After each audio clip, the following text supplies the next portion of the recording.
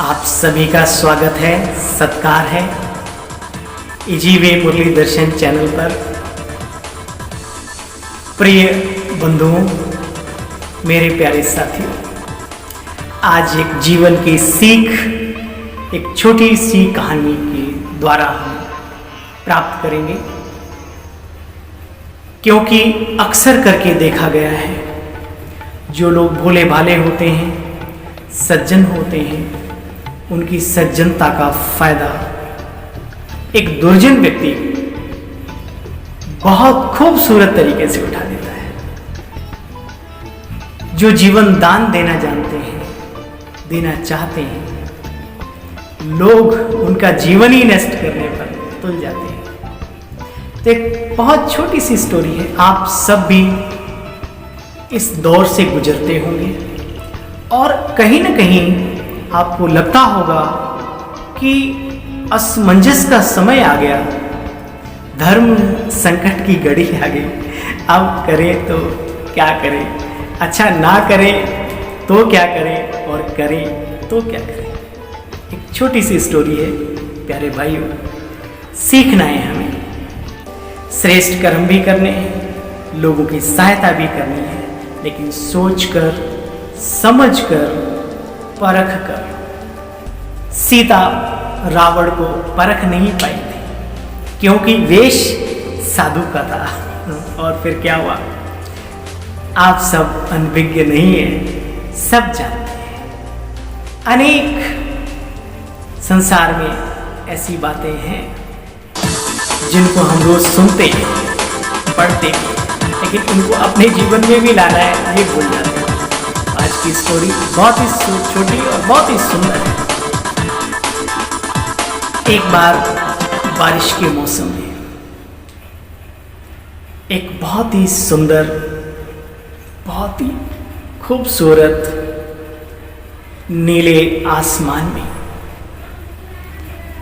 एक कबूतर समझते, कबूतर उड़ता हुआ जा रहा था अपनी मस्ती में।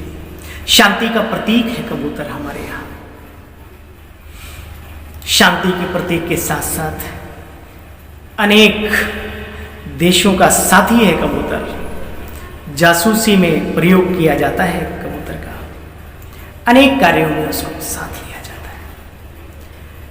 वो उड़ता जा रहा था, मस्ती से झूमता हुआ आसमान का पूरा आनंद लेते हुए। आपने सुना होगा उसकी आंखें, दृष्टि बड़ी तेज होती है। आनंदित आसमान में उड़ते हुए उस पंछी ने देखा जमीन पर कि कहीं दाना तिनका तो नहीं पड़ा, कुछ दाना तिनका तो नजर नहीं आया, लेकिन बारिश के मौसम में एक चूहे के बिल में पानी घुस गया। चूहा उसमें से निकला हुआ था और ठंड लग रही थी उसे। आपने भीगा हुआ चूहा देखा होगा, इमर्ज कीजिए अपने मन में। वो चूहा जिसके बाल बिल्कुल चिपक जाते हैं और ठिठरा हुआ था।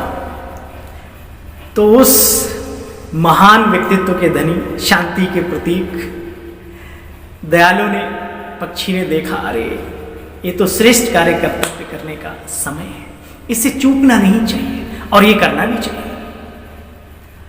वो नीचे आया, बिना सोचे, बिना समझे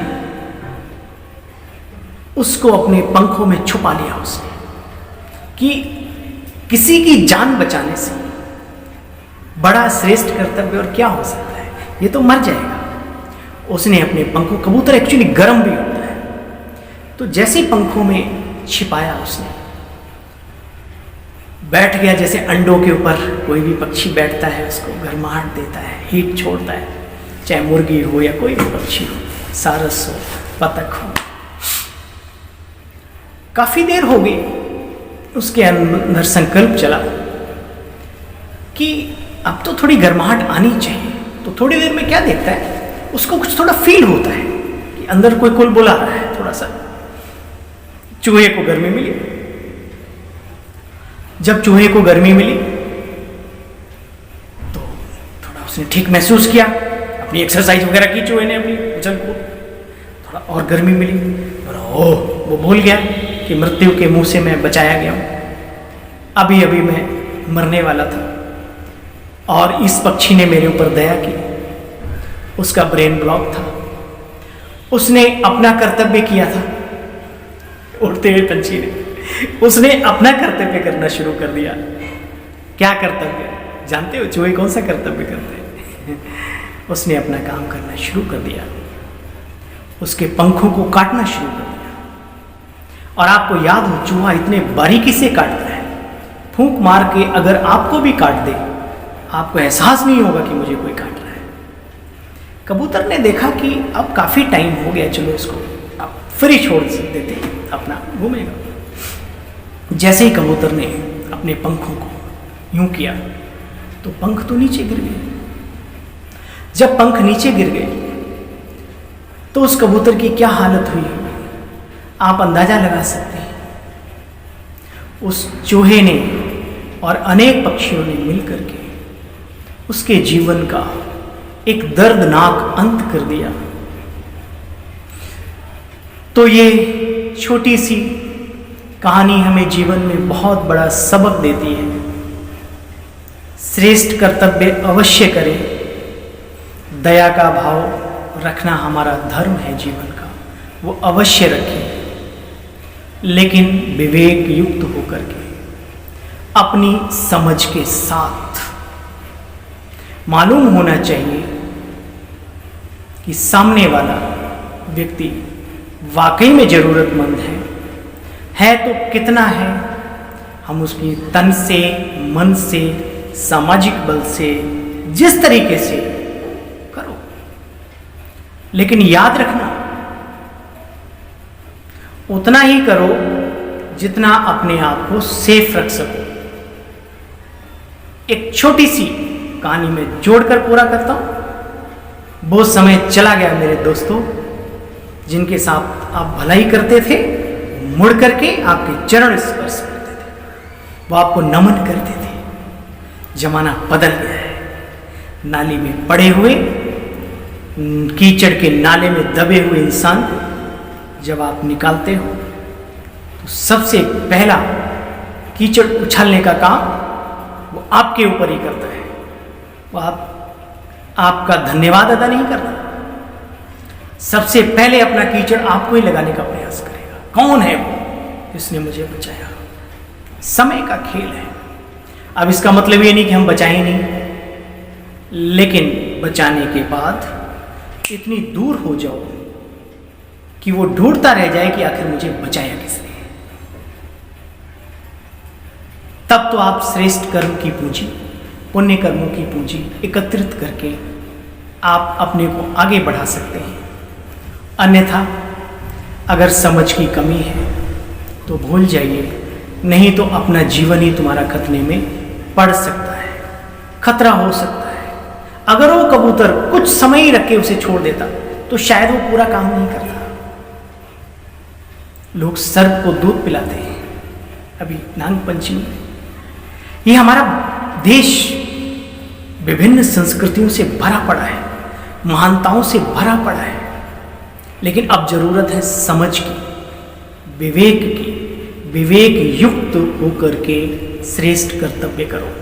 हर चौराहे पे बैठे मिलेंगे, हर हॉस्पिटल के किनारे पर लोग बैठे मिलेंगे, हॉस्पिटल के अंदर मिलेंगे आप, जहां आपको देखा मुझे ऐसा जरूरत है, मुझे ऐसी।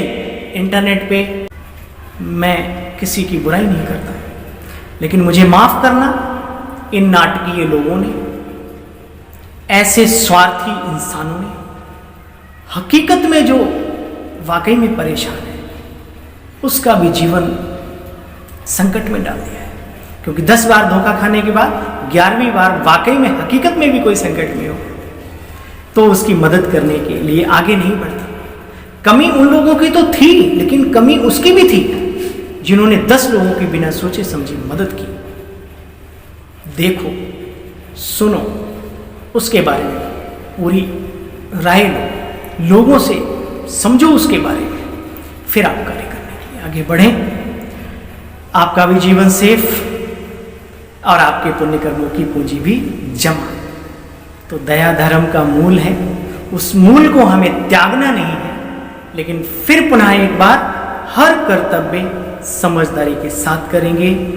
जीवन में आज का ये जो संकल्प है चूहे और कबूतर का जो आपको दिया इस कहानी ने, इसको हमेशा याद रखेंगे, हमेशा याद रखेंगे, हमेशा याद रखेंगे, तो आपका जीवन बहुत सारे दुखों से, दुविधाओं से बच जाएगा, धर्म संकट की स्थिति से बच जाएगा और आप अनेकों को बचाने के लिए अग्रसर, ताकतवर बचे रह जाएंगे। ठीक है, चलिए आप सभी को पुनः एक बार ओम शांति, नमस्ते, प्रणाम, चरण स्पर्श, अभिनंदन, वंदन। आप सब सुनते हैं तो हम सुनाते हैं, आप आगे बढ़ाते हैं तो हम आगे बढ़ते हैं। इन कर्तव्यों को आपके करने के लिए जो हमारे साथ आप करते रहते हैं, उसके लिए सादर हृदय संपन्न आपका बहुत बहुत धन्यवाद, शुक्रिया, नमस्कार, जय हिंद, जय भारत। देखते रहिए, सुनते रहिए और सुना हुआ आगे बढ़ाते रहिए। हम आपके साथ जुड़े रहें, आप हमारे साथ जुड़े रहें, यही हृदय की कामना लेकर के आज मैं आपके सामने आया था।